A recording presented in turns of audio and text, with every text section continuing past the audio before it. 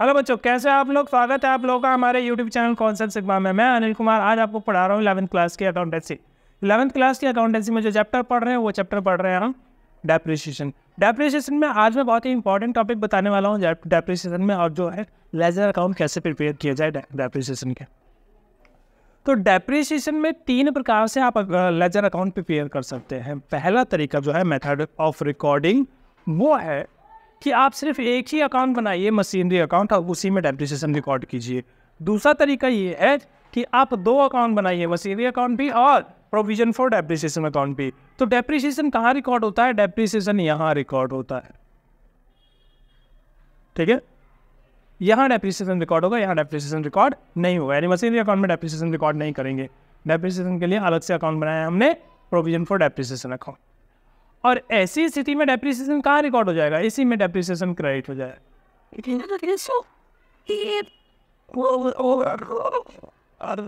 पहले आप 3 अकाउंट बना रहे हैं, machinery account, provision for depreciation account और machinery disposal account.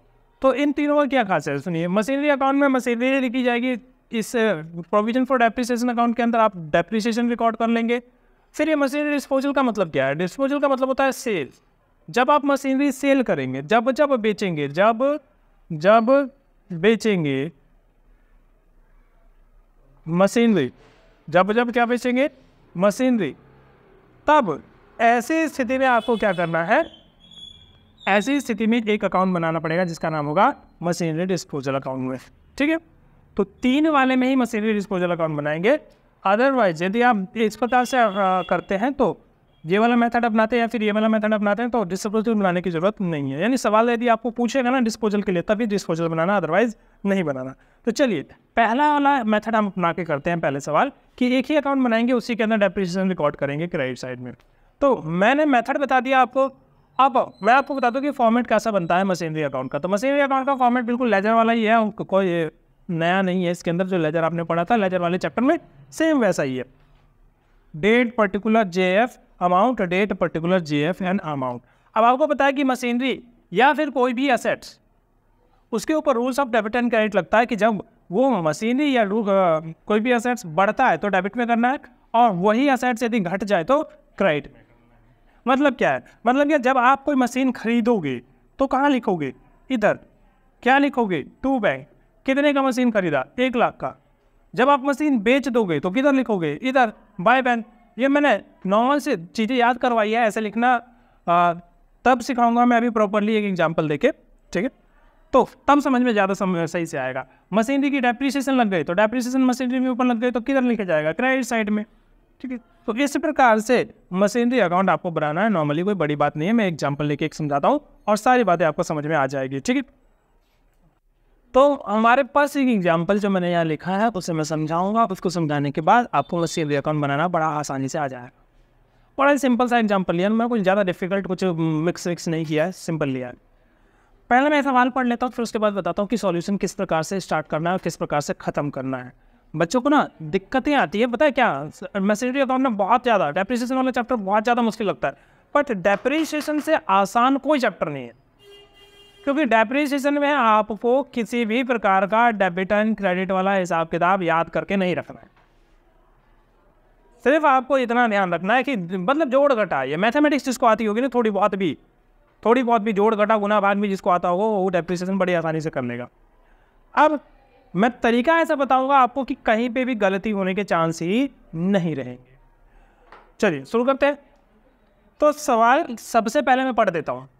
Messrs ABC नाम की एक कंपनी है, उसने एक मशीन खरीदी है, परचेज मशीनरी फॉर 1,10,000, 1,10,000 रुपये की। कब खरीदी? 1 अप्रैल 2020 को। It's residual value is ₹10,000। और ये मशीन जब बिक जाएगी ना at the end of life तो कितने की बिकेगी? 10,000 की। और आफ्टर लाइफ ऑफ 5 years, और इसकी लाइफ कितनी है? 5 साल। इट परचेज अनदर मशीनरी, इसने फिर से एक मशीन खरीदी 1 अक्टूबर 2021 को। कितने में? 45,000 रुपये में, जिसकी लाइफ भी 5 साल ही है। Whose life is 5 years। And scrap value of ₹5,000 और इसकी स्क्रैप वैल्यू कितनी है 5,000। अब आप बनाएंगे prepare machinery account using straight line method. तो मैंने 2 मेथड बताए थे पिछले वीडियो में, स्ट्रेट लाइन मेथड होता है, रिटर्न डाउन वैल्यू मेथड होता है। तो स्ट्रेट लाइन मेथड अपनाइए और 3 साल का अकाउंट बना के दिखाइए मशीनरी अकाउंट। बुक्स जो है हर साल 31 मार्च को बंद किए जाते हैं, ठीक है। तो जब कभी आप डेप्रिसिएशन का क्वेश्चन करेंगे ना, तो एक छोटा सा समरी टाइप टाइमलाइन बना लेंगे कि कब कब क्या क्या हो रहा, ठीक है। यदि आपने ये टाइमलाइन बना लिया तो फिर तो सवाल यूं हो गया, यूं बस हो गया ऐसे। तो सॉल्यूशन स्टार्ट किया मैंने एक टाइमलाइन बनाया ऐसे कर।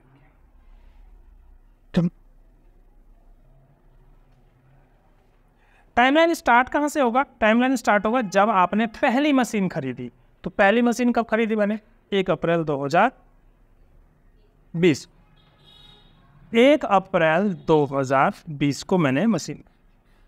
तो यहाँ लिखेंगे मशीनरी परचेज या खाली लिख दो परचेज। कितने का खरीदा आपने? 1,10,000, ठीक है। फिर क्या किया? फिर आपको पता है कि हर साल किताबें कब बंद होनी है? 31 मार्च को। तो यहां से चलिए, चलते जाइए चलते जाइए चलते जाइए और चेक कीजिए कि 31 मार्च कब होगा। 31 मार्च होगा 31/3/2021, ठीक है। और फिर यहीं से एक नया साल स्टार्ट हो जाएगा, 1/4/2021, है ना भाई। 31 मार्च 2021 को साल खत्म हुआ और 1/4/2021 को नया साल शुरू हो गया। अब ये साल जो है वो खत्म होगा आपका 31 मार्च 2022 को और एक नया साल स्टार्ट हो जाएगा 1/4/2022 से। फिर ये वाला साल जो है वो खत्म होगा 31/3/2023, ठीक है। तो इस प्रकार से आपका ये साल चल रहा गया, चलता गया और यहाँ पे जाके खत्म। मुझे 3 साल का इन्होंने पूछा था, तो इसलिए मैंने 3 साल ही बनाए हैं। पहला साल, दूसरा साल, तीसरा साल, ठीक है। ज़्यादा पूछा जाता तो मैं ज़्यादा बनाता, पर इन्होंने 3 ही साल पूछे इसलिए मैंने 3 साल का बनाया है। अब देखते हैं कि सवाल क्या कहता है।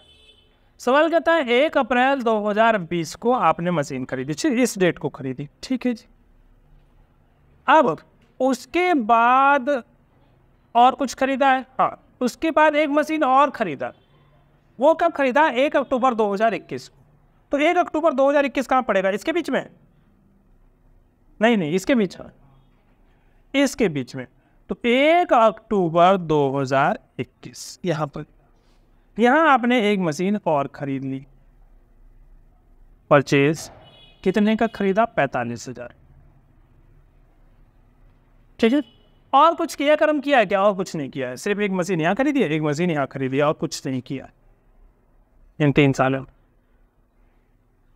अब आपको मैं बता दूं कि हमेशा डेप्रिसिएशन कौन से डेट को लगता है? एंड वाले डेट को। तो डेप्रिसिएशन का डेट कौन सा होना चाहिए? एंड वाला डेट, 31 मार्च। एवरी ईयर, हर साल 31 मार्च को आपको क्या करना पड़ेगा? डेप्रिसिएशन लगाना। तो पहली बार डेप्रिसिएशन यहाँ लगेगा, दूसरी बार डेप्रिसिएशन यहाँ लगेगा, तीसरी बार डेप्रिसिएशन यहाँ।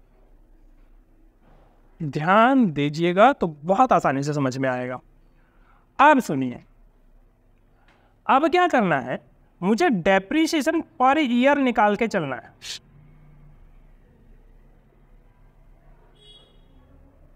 डेप्रिसिएशन पर ईयर कैसे निकालते हो? मैंने आपको फार्मूला बताया था, cost minus scrap divided by life. Cost में से स्क्रैप माइनस कर दीजिए और लाइफ से डिवाइड कर दीजिए, तो आपको पता लग जाएगा कि हर साल का डेप्रिसिएशन कितना है। लीजिए, बड़ा ही आसान है। पहले तो मैं मशीनरी 1 के लिए करूँ। ये मशीनरी 1 कहाँ से? अच्छा भाई सुन ले, ये वाला जो मशीन था ना, इसको मैंने नाम दिया मशीनरी 1 और ये वाला जो मशीन है इसको नाम दिया मैंने मशीनरी 2। आवाज़ नहीं करेंगे जरा सा भी। तो पहले वाले मशीन को मशीनरी 1 नाम दिया, दूसरे वाले मशीन को मशीनरी 2 नाम दी। अब मशीनरी 1 का हर साल डेप्रिसिएशन कितना लगना चाहिए? इसकी कॉस्ट कितनी है? इसकी कॉस्ट है 1,10,000। इसका स्क्रैप कितना है? इसका स्क्रैप है 10,000 रुपये। लाइफ कितनी है? इसकी लाइफ है 5 साल। तो 1,10,000 में से 10 गया, 1,00,000 बचा। 1,00,000 को 5 से डिवाइड कीजिए तो हर साल 20,000 रुपये का डेप्रिसिएशन। ठीक है। पर मशीनरी 2 का डेप्रिसिएशन हर साल कितना बनेगा ये भी चेक करना पड़ेगा मुझे। तो मशीनरी 2 का कॉस्ट कितना? 45,000। इसका क्या कहते हैं रेजिडुअल वैल्यू कितना? 5,000। लाइफ कितना? 5 साल इसका भी है। तो 45 में से 5 गया 40, 40 को डिवाइड करेंगे तो हर साल डेप्रिसिएशन कितना लगना चाहिए इसका? 8,000। ठीक है। अब ध्यान देंगे बड़ा। तो अब जो मैं इन्हीं बातों को मशीनरी अकाउंट में लिख के बताऊंगा कि इस प्रकार से इसे लिखना है। सबसे पहले टाइमलाइन से स्टार्ट करेंगे। टाइमलाइन जहाँ से मेरा शुरू हुआ है ना वहाँ से स्टार्ट करेंगे। टाइमलाइन शुरू हुआ है मेरा 1 अप्रैल 2020 से।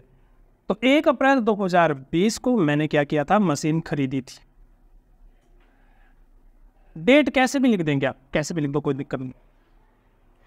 1 अप्रैल 2020 को आपने एक मशीन खरीदी टू बैंक अकाउंट। कितने की मशीन खरीदी आपने? आपने मशीन खरीदी 1,10,000।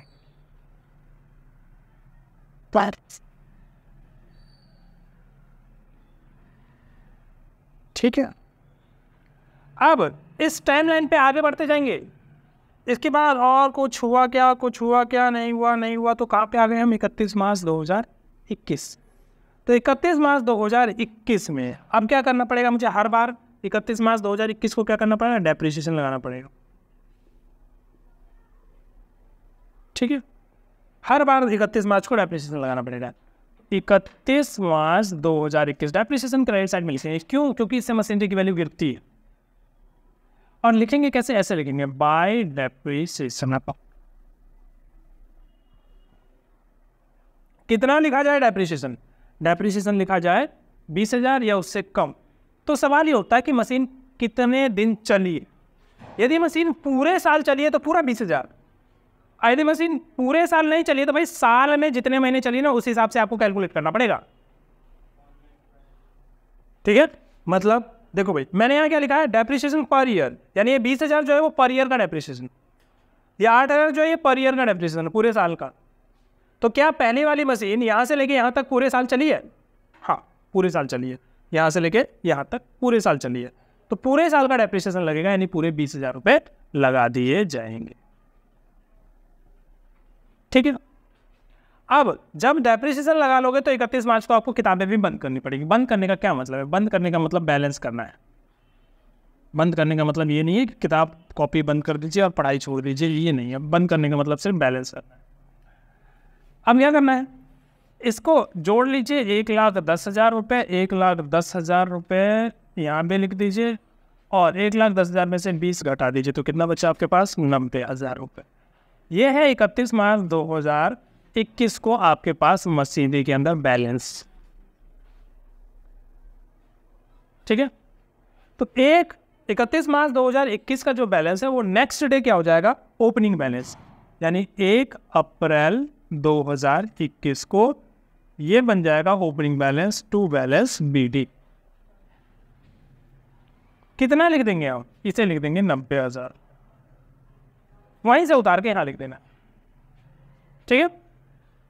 अब टाइमलाइन पे वापस आइए। अब इस साल की बात करेंगे। यहाँ पे आ चुके हम, टाइमलाइन पे आगे बढ़ेंगे तो यहाँ तक आ चुके हम। यहाँ से आगे बढ़ेंगे तो यहाँ से यदि हमें आगे बढ़ूँ तो ये साल में आगे बढ़ता गया, यहाँ टकराया। क्या टकराया यहाँ पे? परचेज। अब मुझे 1 अक्टूबर 2021 को फिर परचेज करना पड़ेगा। 1 अक्टूबर 2021 को मैं यहाँ लिखूंगा 1 अक्टूबर 2021 को टू बैंक अकाउंट। जब कभी आप परचेज लिखेंगे तो क्या लिखेंगे? Bank account. कितने का खरीदा था आपने दूसरी मशीन? आपने दूसरी मशीन खरीदा था 45,000 का। ठीक है। आप चाहें तो बैंक के आगे ऐसा नाम दे सकते हैं मशीनरी 1, यहाँ पे मशीनरी 2 ऐसे लिख सकते हैं, कोई फर्क नहीं भी लिखते हैं तो भी कोई फर्क नहीं पड़ता। अब क्या करें? अब फिर वापस टाइमलाइन पे आइए, टाइमलाइन के हिसाब से चलेंगे। अब टाइमलाइन पे यदि वापस आता हूँ तो ये चलते गए अब आ गए 31 मार्च। 31 मार्च को फिर से क्या लगाना पड़ेगा मुझे? डेप्रिसिएशन, क्योंकि हर 31 मार्च को मुझे लगाना पड़ेगा डेप्रिसिएशन। आप बताओ, आपकी दुकान में एक मशीन है, 2 मशीन है? आपकी दुकान में एक मशीन है या 2 मशीन है? आप 2 मशीन है। आपके पास 2 मशीन है तो डेप्रिसिएशन भी 2 मशीनों का लगेगा।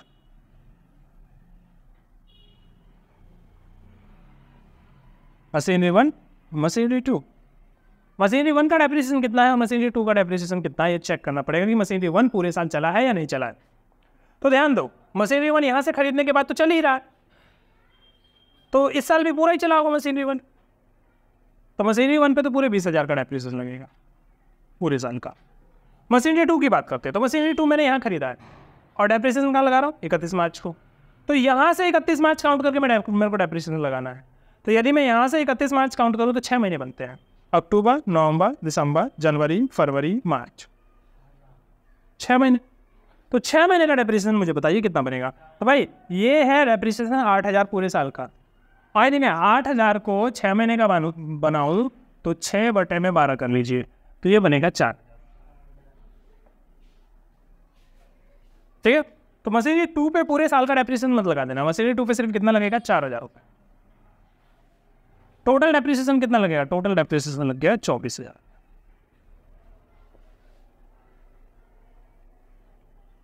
ठीक है, चलिए फिर क्या करेंगे? फिर आप इसका टोटल कर लेंगे, इसका भी टोटल कर लेंगे,